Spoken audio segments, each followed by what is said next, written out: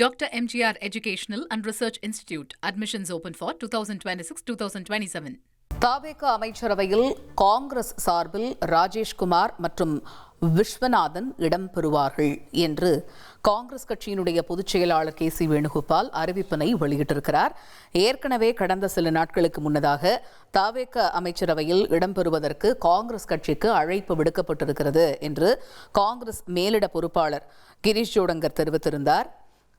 இந்த அழைப்பு தொடர்பாக காங்கிரஸ் கட்சி தரப்பில் ஆலோசனை மேற்கொள்ளப்பட்டு வருவதாகவும் தெரிவித்திருந்தார். இறுதி முடிவை தாவேக தலைவரும் முதல்வருமான விஜய் எடுப்பார் என்றும் குறிப்பிட்டிருந்தார். அந்த வகையில் தாவேக அமைச்சரவையில் காங்கிரஸ் சார்பில் ராஜேஷ்குமார் மற்றும் விஸ்வநாதன் பங்கேற்பார்கள் என்று ஒரு முக்கிய அறிவிப்பினை வெளியிட்டிருக்கிறார் காங்கிரஸ் கட்சியினுடைய பொதுச் செயலாளர் வேணுகோபால். இது பற்றிய கூடுதல் விவரங்களை செய்தியாளர் ரமேஷ் விவரிக்க கேட்போம்.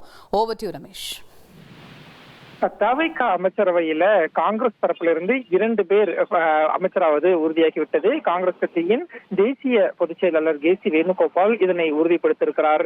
கிள்ளியூர் சட்டமன்ற தொகுதியின் MLA ராஜேஷ்குமார், மதுரை மேலூர் சட்டமன்ற தொகுதியின் MLA விஸ்வநாதன், இவங்க 2 பேருமே அமைச்சரவையில இடம்பெறுவாங்க.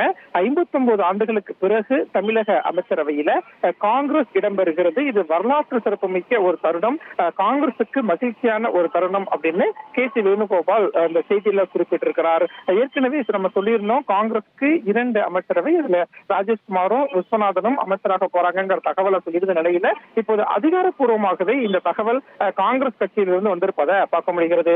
ராஜேஷ்குமாரை பொறுத்த வரைக்கும் கிள்ளியூர் சட்டமன்ற தொகுதியில 3வது முறையாக MLA-வாக இருக்கிறார். விஸ்வநாதனை பொறுத்த வரைக்கும் காஞ்சிபுரம் 2009ஆம் ஆண்டு காஞ்சிபுரம் நாடாளுமன்ற தொகுதியில MP-யாக இருந்தார். மதுரை மேலூர் தொகுதியில அவர் போட்டியிட்டு MLA-வாக இருந்த நிலையில அவருக்கு இப்போது அமைச்சரவை வாய்ப்பு கிடைத்திருக்கிறத பார்க்க முடிகிறது.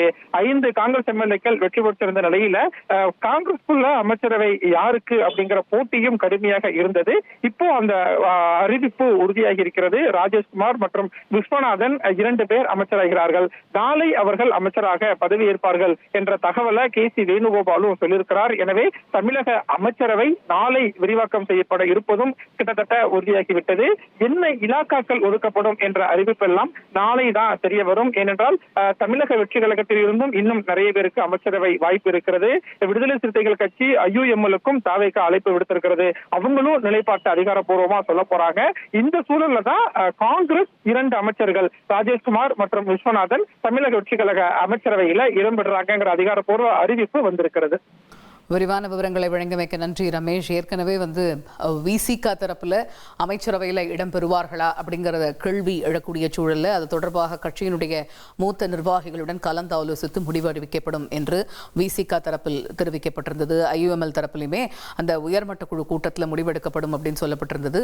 அதனைத் தொடர்ந்து இப்ப காங்கிரஸை பொறுத்த வரைக்கும் அவங்க ஏற்கனவே அழைப்பு விடுத்திருக்கிறாங்க, ஆலோசனை நடந்துகிட்டு இருக்கு, கூடிய விரைவில் அறிவிப்பு வெளியாகும்னு சொல்லியிருந்தாங்க. அந்த வகையில் இப்ப அமைச்சர்கள், அதாவது தாவேக அமைச்சரவையில் காங்கிரஸ் சார்பில் ராஜேஷ்குமார் மற்றும் விஸ்வநாதன் இடம்பெறுகிறார்கள் என்கிற அதிகாரப்பூர்வ அறிவிப்பினை காங்கிரஸ் கட்சி வெளியிட்டிருக்கிறது. எந்தெந்த இலாக்கா அப்படிங்கிற விவரம் நாளைய தினம் தெரிவதற்கான வாய்ப்பு இருக்கிறது.